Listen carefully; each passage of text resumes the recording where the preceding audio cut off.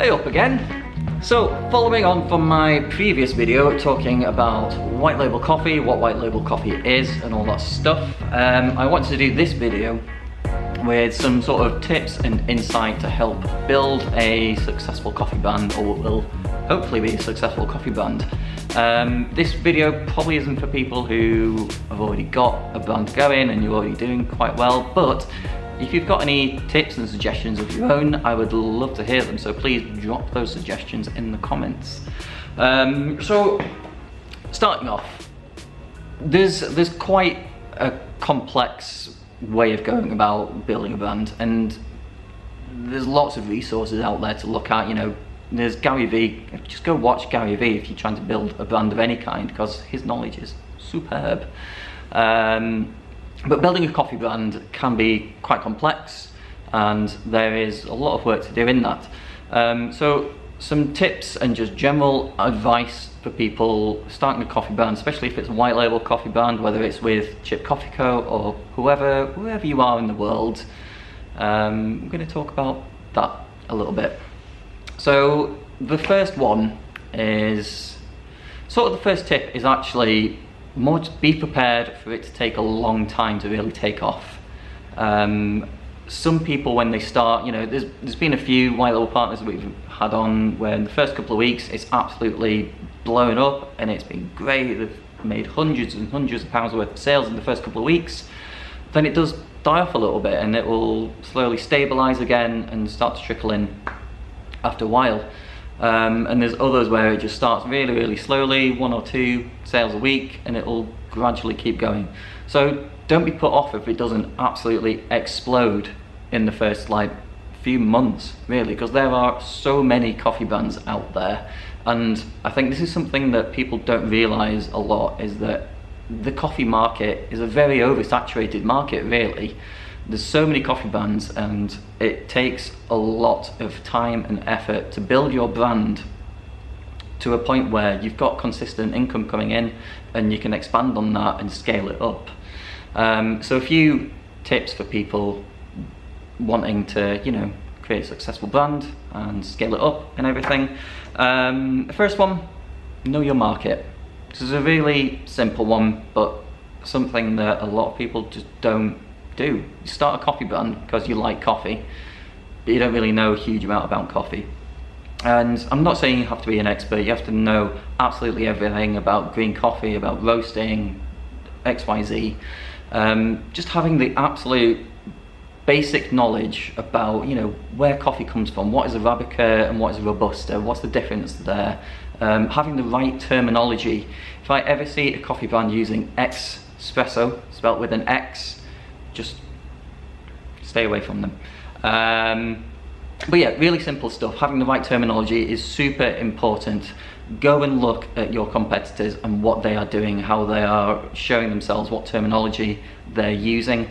And if you don't think you've got any competitors, you do.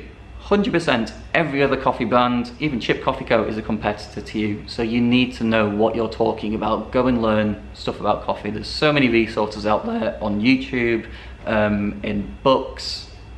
There's tons and tons and tons. Go learn about coffee. The next one is social media. So social media is going to be your absolute best friend in marketing for your coffee brand. It's going to help your customer engagement, it's going to help just build your brand overall. Now, I'm not saying you need a coffee page with, say, Ben's Coffee Brand, and it's just filled with pretty pictures, because anybody can make pretty pictures, yeah? If you've got an Instagram feed that's just full of latte art pictures, it's like, yeah, sure. There are hundreds and thousands of other brands and pages out there that are just filled with latte art pictures, and sure, it looks nice, but it's not engaging. You're not creating customer engagement for somebody who's coming across your brand. Why are they going to engage with your brand over that other account that is doing the exact same thing? So this is where we get into giving value to your consumer. Like I'm trying to give to my consumers, who are the white label partners that we work with. I'm giving you value here. I'm not showing you pictures of latte art, and you need to be doing the same thing to your consumers. giving them content that is engaging but also valuable to them, whether that is brewing recipes, knowledge about coffee, all sorts of stuff like that. It needs to be more than just a pretty picture. It can have pretty pictures with a bit of context underneath it in the caption, telling you about, why is this coffee better than that coffee, or blah blah blah. But having that knowledge armed so you can give valuable content to your consumers, and creating that engaging consumer experience will help build your brand so much. Research is a really important one as well. Researching, why do you want to work with specialty coffee? What is it to you? What does specialty coffee mean to you, and how are you going to convey that again to your consumers? Putting that time and effort into the research side of not just your business but in coffee in general. If you're working with us, you're going to be working in specialty coffee, so putting that research into why specialty coffee is so good, why do we love it, why are we so passionate about it, will really help, again, your customer engagement. And showing that passion and that knowledge to your customers is what is going to help build your brand, be that on social media through Instagram, Facebook, LinkedIn, Pinterest, everything else. What else have we got? Advertising. Advertising's a weird one. My piece of advice for people looking at advertising: don't spend any money on Facebook or Instagram ads for the first 12 months. You need to spend those first 12 months actually building a consumer base first. Even if it's only 200 to 500 followers, if they're engaging followers who purchase your coffee and are engaged with your brand, that is so much stronger than having 2,000 followers who don't engage. Even though it might look better on the outside, on the insights and the actual engagement and analytics of it, you're not performing that well. So having a strong, solid foundation for your advertising to build upon is really important, and it takes time and effort. Again, you need to be patient with it and put in that effort. We've had a few partners, unfortunately, who have started and not put in the time and energy and the effort it's needed to be building and engaging and creating that consumer base, and it's not blown up, it's not done huge amount of sales, and they've just drifted off and stopped trading, which is really unfortunate. But it happens. If you're not going to put in the time and effort with it, you're not going to get that back. What else have we got? Community. And this all sort of ties back into your consumer engagement and everything else, but creating a community can be really, really strong for your brand. There's lots of different ways to create a community, whether that's asking coffee questions, getting them in on latte art, stuff with them, getting home brewing videos together and shit. I don't know, there's loads of creative ways you can create a coffee community with people, but it's all about getting those consumers and potential consumers engaged. If you've got 50 people on your Instagram who are following you and all purchasing from you and talking about you, that is so strong, because once you create a little community within that, then they'll start telling people about it, and word of mouth is so much stronger than any Facebook ad and anything else. That word of mouth there within your community is going to be super, super beneficial to you and so much more valuable to your brand overall. Next one, having a USP. What is the USP of the brand that you're creating or you're wanting to create or that you've already got?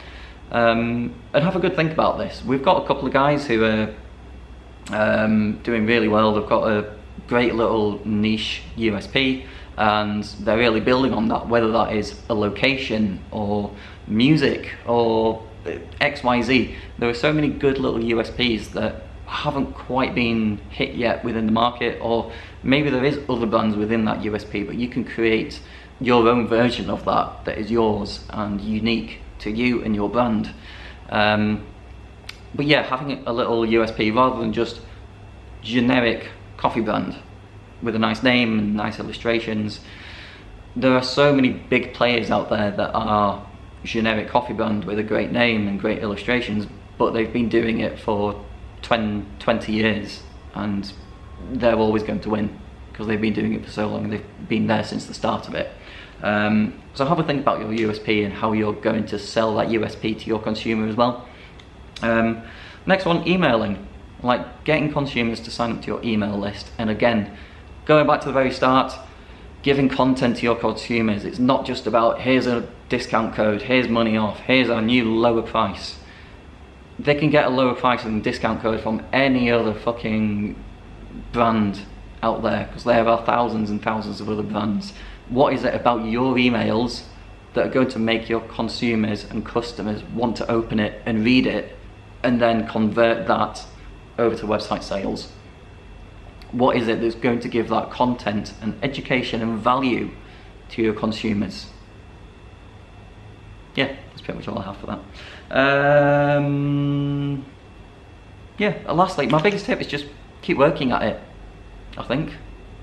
So honestly, from all of my experience in the coffee industry and running my own business, my own coffee brand, is you need to keep plugging away at it. Creating content. It doesn't have to be perfect, it doesn't have to be polished and professional pictures. Just fucking create it and put it online. Take a look at the Chipp Coffee Co. Instagram page. You'll see most of the time it's stories that I post, and it is obviously, like, most of the time from my iPhone. I'd say 90% of the time I take pictures on my iPhone, whether it's pictures or video. I hardly even bother editing it, and I just post it. And it gets engagement, because it's not about how it looks necessarily. It doesn't need to be polished and crisp and beautiful and everything else. And like, yeah, that's nice sometimes, and we have the occasional shot put on the feed that looks like that.